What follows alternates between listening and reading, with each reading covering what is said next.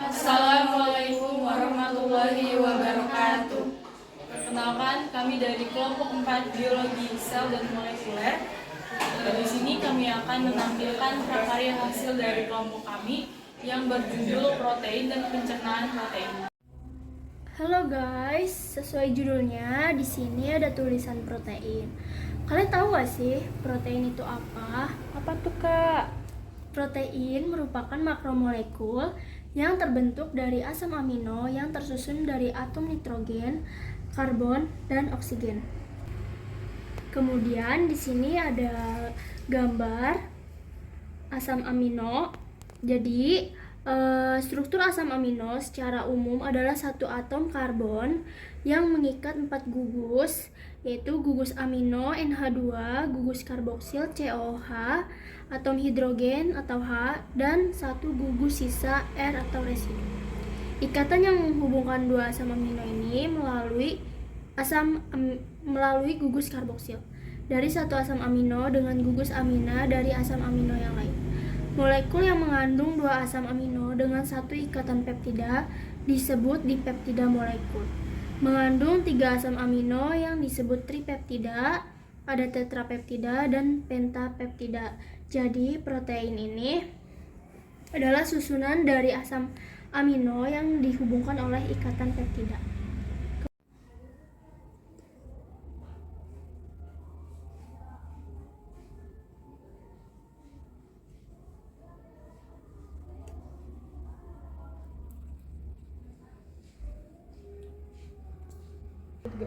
Selanjutnya di sini ada fungsi protein.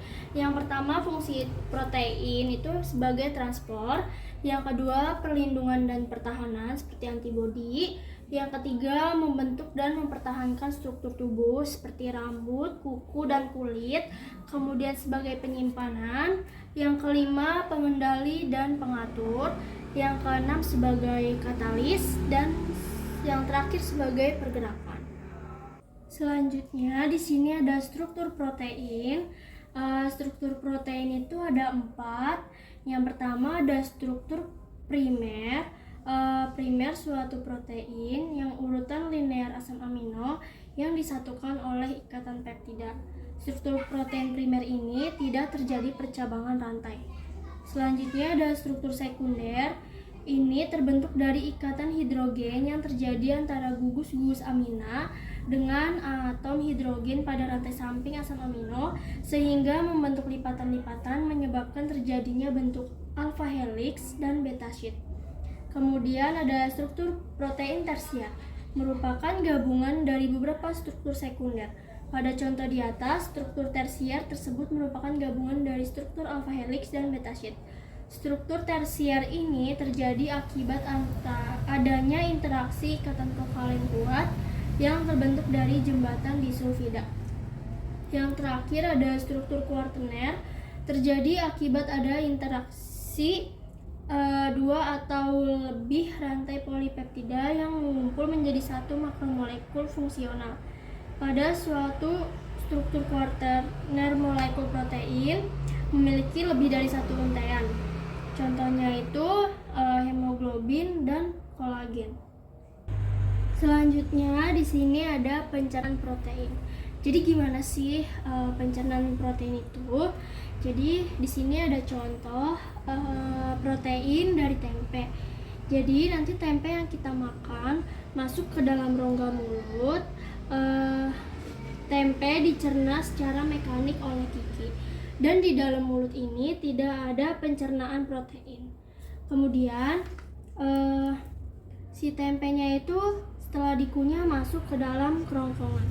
Makanan melewati kerongkongan dengan gerakan peristaltik oleh dinding kerongkongan.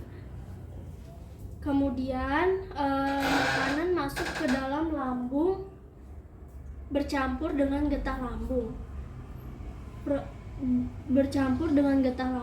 Protein menjadi pepton dari proteosa oleh enzim pepsin. Kemudian di usus halus, pepton diubah menjadi asam amino oleh enzim tripsin.